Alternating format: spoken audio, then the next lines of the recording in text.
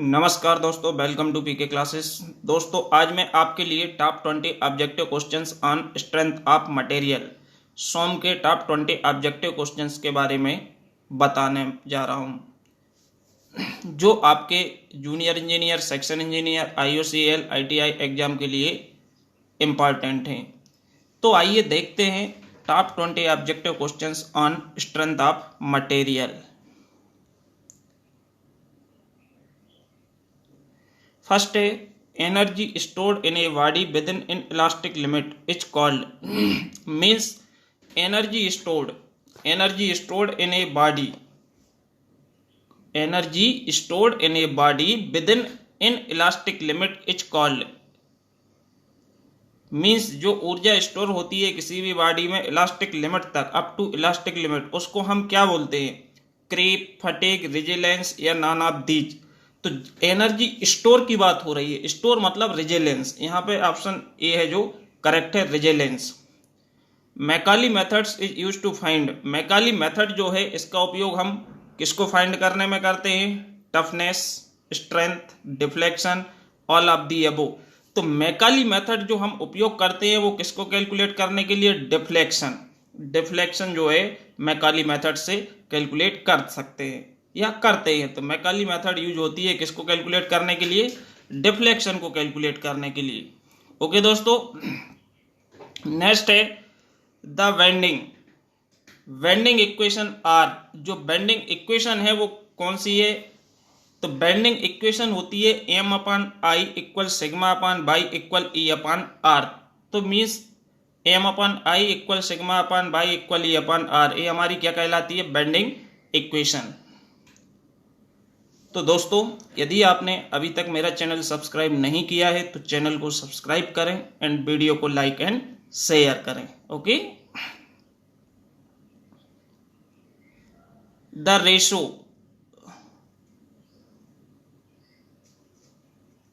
Ratio of change in length to original length known as. यदि हमारे change in length और original length का अनुपात है, रेशो है, तो ये रेशो क्या कहलाता है? स्ट्रेस कहलाती है, strain, Young modulus, none of these.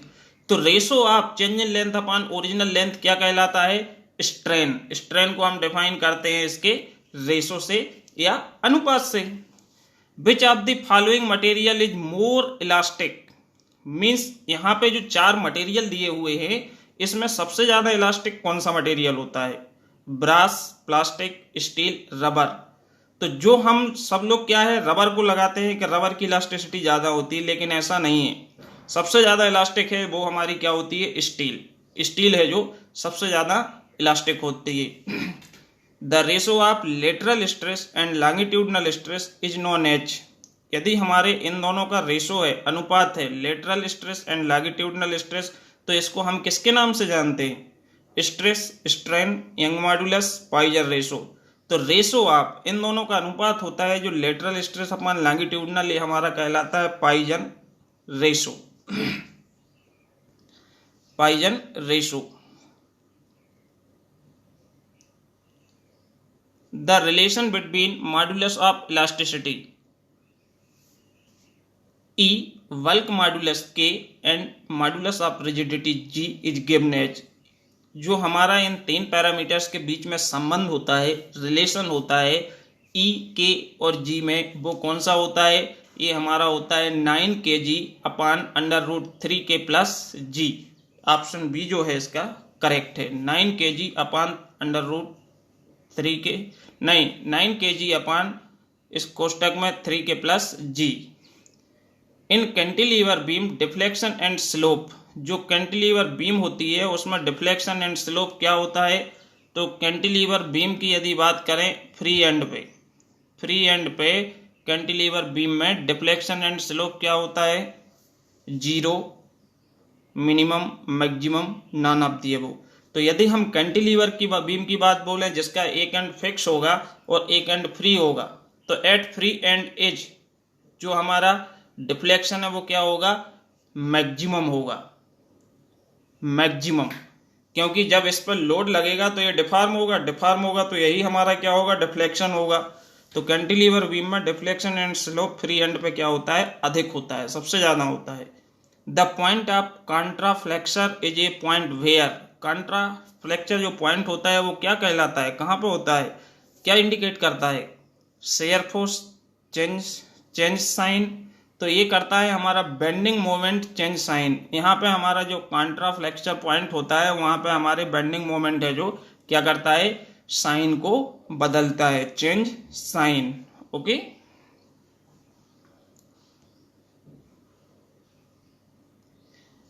एक coil is cut into two halves, यदि हमारे पास कोई कॉइल स्प्रिंग है या कॉइल है, यदि उसको हम टू हाल्व्स में काट देते हैं तो the stiffness of cut coil will be, तो उसका स्टिफनेस हमारा सेम रहेगा, हाफ होगा, डबल हो जाएगा या कुछ भी नहीं।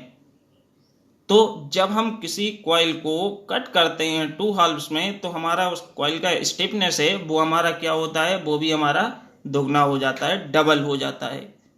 In the torsion equation T upon J equal T upon R equal G theta upon L, the term J upon R is called, जो हमारी टॉर्सनल इक्वेशन होती है उस इक्वेशन में जो हमारा पैरामीटर्स है J, जिसको हम पोलर मोमेंट ऑफ इनर्शिया बोलते हैं, R radius, J upon R है जो, इसको हम किस नाम से जानते हैं, ये होता है पोलर मॉडुलस, इसका ऑप्शन है C, polar modulus. The property of material which allow it to be drawn, which allow it to be dry in a smaller section is called, means जो हमारे गुण है मटेरियल्स का वो कौन सा गुण होता है जो हमारा क्या करता है, अलाउ करता है to be drawn into a smaller section is called ductility. जो हमारा डक्टाइल मटेरियल्स होता है उस डक्टाइल मटेरियल से हम क्या कर सकते हैं, डक्टाइल मटेरियल से हम डक्टाइल मटेरियल को पतले वायर में परिवर्तित कर सकते हैं, उसको बेंड कर सकते हैं, इलोगनेट कर सकते हैं विदाउट ब्रेकिंग, क्योंकि जो तन्य धातुएं होती हैं उसमें फोर्स लगा के हम उसको किसी भी शेप में डिफॉर्म कर लेते हैं। तो यहाँ पे जो राइट ऑप्शन है drawn into a smaller section, पतला सेक्शन, स्मॉल सेक्शन बनाता है वो कौन सा material, ductile.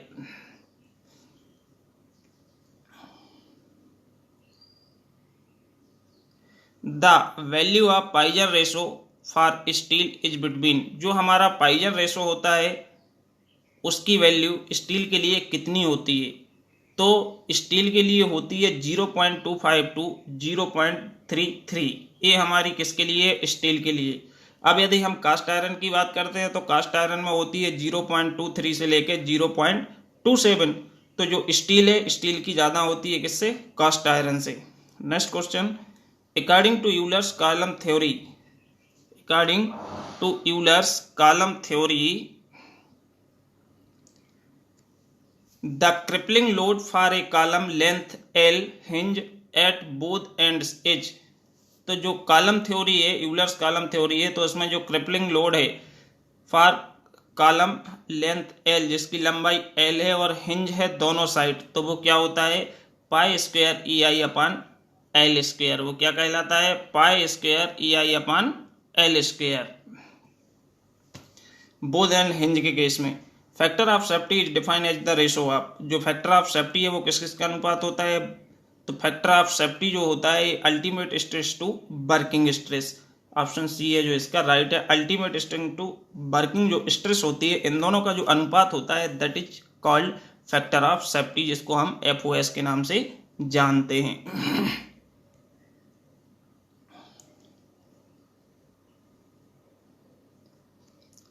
Principal plane is a plane on which the shear stress is, principal plane है जो वो कौन सा प्लेन है जहां पे शेयर स्ट्रेस है जो हमारी क्या होती है, मैक्सिमम होती है, मिनिमम होती है, जीरो या इसमें से कोई भी नहीं, बताइए। प्रिंसिपल प्लेन है जो वहां पे हमारी शेयर स्ट्रेस है जो क्या होती है, जीरो होती है। प्रिंसिपल प्लेन पे शेयर स्ट्रेस क्या होती है, जीरो होती है, क्योंकि प्लेन वही प्लेन है जहां पे शेयर स्ट्रेस जीरो है।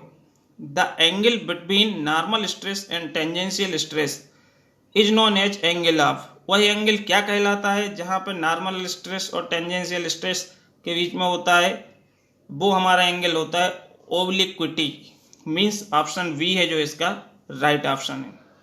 Mohr circle is a graphical method to find, जो मोर सर्किल मेथड्स होती है इसका उपयोग हम किसको फाइंड करने में करते हैं, maximum shear stress, buckling stress, bending stress, non तो जो हमारे मोर सर्किल है एक ग्राफिकल मेथड है जिसका उपयोग हम किसको फाइंड करने में करते हैं, मैक्सिमम शेयर स्ट्रेस को फाइंड करने में करते हैं।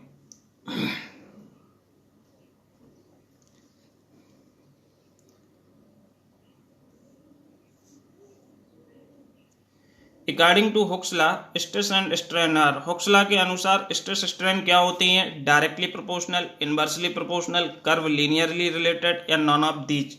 तो हुक्स लॉ को हमको मालूम है स्टेटमेंट के हुक्स लॉ जो होता है वो क्या होता है, उसमें स्ट्रेस डायरेक्टली प्रोपोर्शनल होती है स्ट्रेन की अप टू इलास्टिक लिमिट। तो ये हमारा इसका राइट ऑप्शन है A, directly proportional. For designing ductile material which of the theory are used, जब हम डक्टाइल मटेरियल्स या डक्टाइल धातुओं की उपयोग करते हैं डिजाइनिंग में तो उसमें हमारी कौन सी थ्योरी है जिसका उपयोग होता है, maximum shear stress theory, shear strength theory, both a and b, none of the above. तो फॉर डिजाइनिंग डक्टाइल मटेरियल्स की जब हम डिजाइन करते हैं तो इसमें हमारी शेयर स्ट्रेस थ्योरी और शेयर स्ट्रेंथ एनर्जी थ्योरी ये दोनों का उपयोग है जो कि किया जाता है। Okay, thank you.